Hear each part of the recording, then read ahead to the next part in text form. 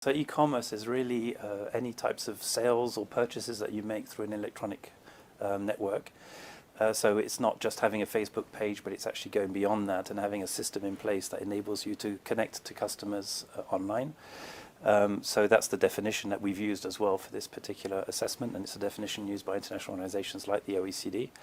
And the assessment is really a stock-taking exercise to see how well Swatini is positioned in terms of the business environment, in terms of the rules and regulations around it, as well as the protection of consumers, and how the businesses are also ready for actually taking advantage of this particular opportunity. So basically, it's a diagnostic approach, really, to it. So Exactly. in providing this diagnostic report, the country's ecosystem, I'm sure you've highlighted some strengths and weaknesses in your report. How are we looking in terms of our strengths and our weaknesses? Do you have more strengths than weaknesses? Well, I think overall, I think one of the great improvements that have been made is really on the legislation, the regulatory environment. A lot of laws have been passed. Actually, there's been 3 new laws in the last year that have been drafted and passed through Parliament. And that's obviously going to set the scene to ensure the protection and also the predictability of that particular sector. In other areas, what we see is that the business uptake is still quite low. The level of skills, digital skills, both by society but also by businesses, is quite low. The access to financing, the development of payment gateways is also limited. And so while e-commerce can happen and is happening, what we think is that the full potential of e-commerce, so the integration of different electronic gateways to the businesses, is not being taken advantage of at this stage. The business uptake being low, I think that is very interesting to me, because I was reading something on e-commerce, and they speak highly of the importance of, why businesses need to put in the time to make sure that their consumers really understand what e-commerce is and this digital transformation. What is really impeding the business community to uptake this transformation?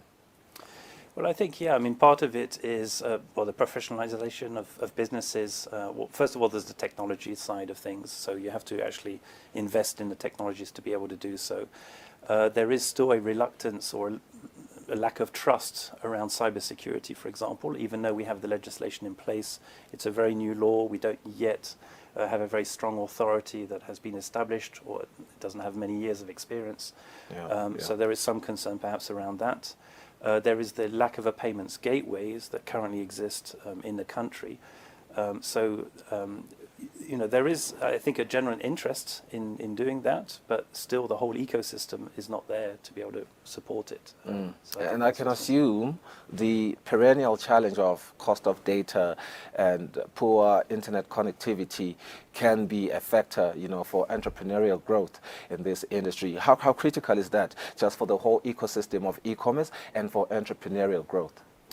Sure. So when we look at the infrastructure, in general, Swatini doesn't fare too poorly in comparison to other countries. I think the infrastructure backbone is there. We have some competition in that particular sector too. Really? That being, we have 2 operators in that sector. Yeah. That for a small market of 1.2 million, that's not insignificant. What is true, though, is that the costs in comparison to people's living standards are quite high. So while in absolute terms it's again not that high, the cost of using mobile broadband, what we are finding is that it is costly for the conditions of the situation of Swatini. So I think there's that. On the other hand, there are opportunities like through cloud computing, where the investments are much smaller than would be in traditional businesses to try and integrate into e-commerce. I think yesterday you did speak on some of the pillars that you've recognized the critical for e-commerce to take shape in Eswatini, and a part of the pillars was gender and youth. Talk to me about that aspect. Yeah, so e-commerce is seen throughout many countries, of course, as an opportunity for women.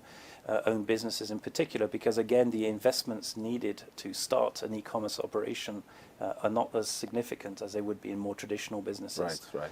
And I think for the youth, of course, the skills needed to try and run these businesses, to understand the technology and to deploy it, requires a fairly youthful spirit. And so again, I think that this is a great opportunity for the youth to be involved. That being said, they are held back because access to financing for the youth or startups are still quite limited, even though we have these accelerator programs in Eswatini. It still is quite difficult, I think. And what recommendations do you have there under that pillar? So under that particular pillar, we've indeed suggested to try and scale up that particular area. So try to have more angel investment schemes, incubator schemes, accelerator programs.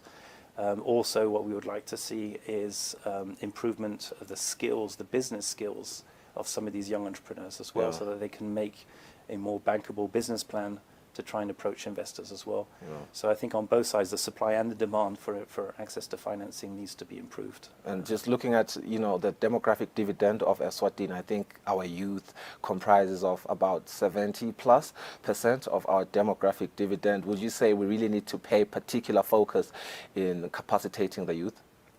Of course, otherwise you'll have indeed some social issues coming up later, and particularly unemployment.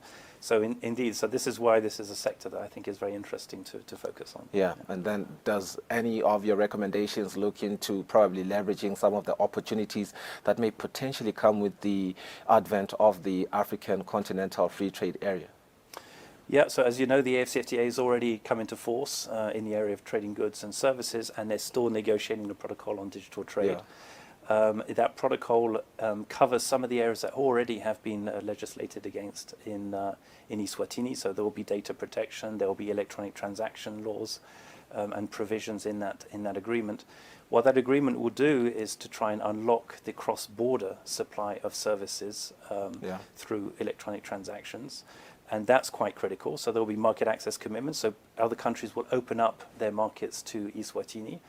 But when it comes to then the delivery, the physical delivery of goods to those markets, we need to ensure that we have the connectivity and we address these logistic barriers that still exist for Eswatini to be able to export to other markets. Yeah.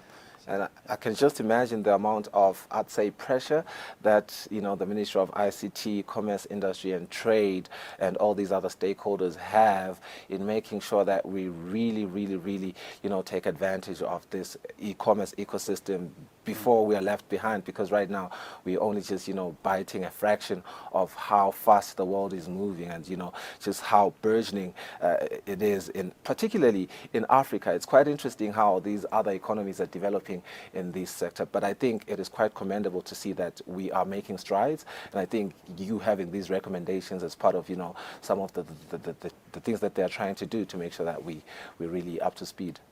Yeah, absolutely. And I think, you know, as Africa goes, I think Eswatini, in terms of the vision, there's a digital economy strategy as well that's coming forward.